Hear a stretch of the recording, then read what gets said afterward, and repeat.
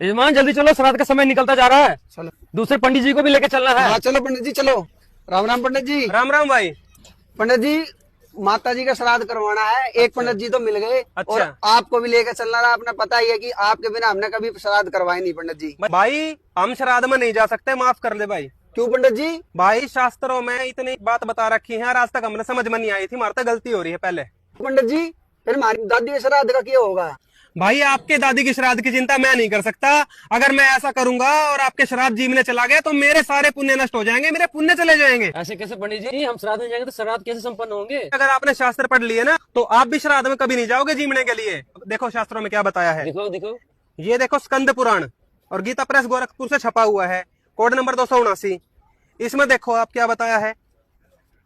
प्रभास खंड में देखो क्या बताया हुआ है। आद्य श्राद्ध एकादश आह श्राद्ध में परान्न भोजन करने पर 3 वर्ष का पुण्य चला जाता है।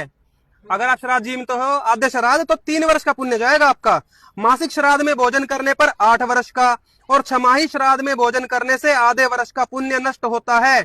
जो अस्थि संचयन श्राद्ध में दूसरे का अन्न खाता है उसका जन्म भर का पुण्य चला जाता है। आद्य श्राद्ध एकादश आह श्राद्ध में परान्न भोजन करने पर 3 वर्ष का पुण्य चला जाता है।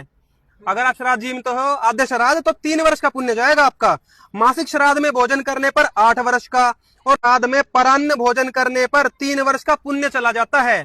अगर आप श्राद्ध जीवित हो आद्य श्राद्ध तो 3 वर्ष का पुण्य जाएगा आपका। मासिक श्राद्ध में भोजन करने पर 8 वर्ष का और छमाही श्राद्ध में भोजन करने से आधे वर्ष का पुण्य नष्ट होता है।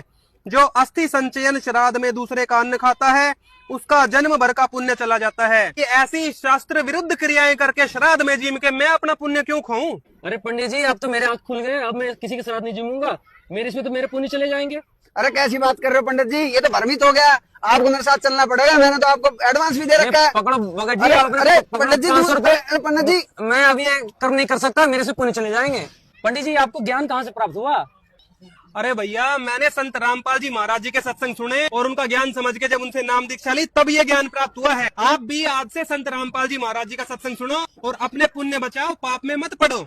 और सभी पंडित भाइयों से प्रार्थना है कि किसी के श्राद्ध में जीवने मत जाओ। ये शास्त्रों में बताया है, अपने पुण्य दे के आ जाते हो आप, तो अपने पुण्य क्यों खराब कर रहे हो किसी के लिए। और ये वीडियो सारे पंडित भाइयों तक भेज देना ताकि उन तक हमारी प्रार्थना चली जाए। सत साहेब।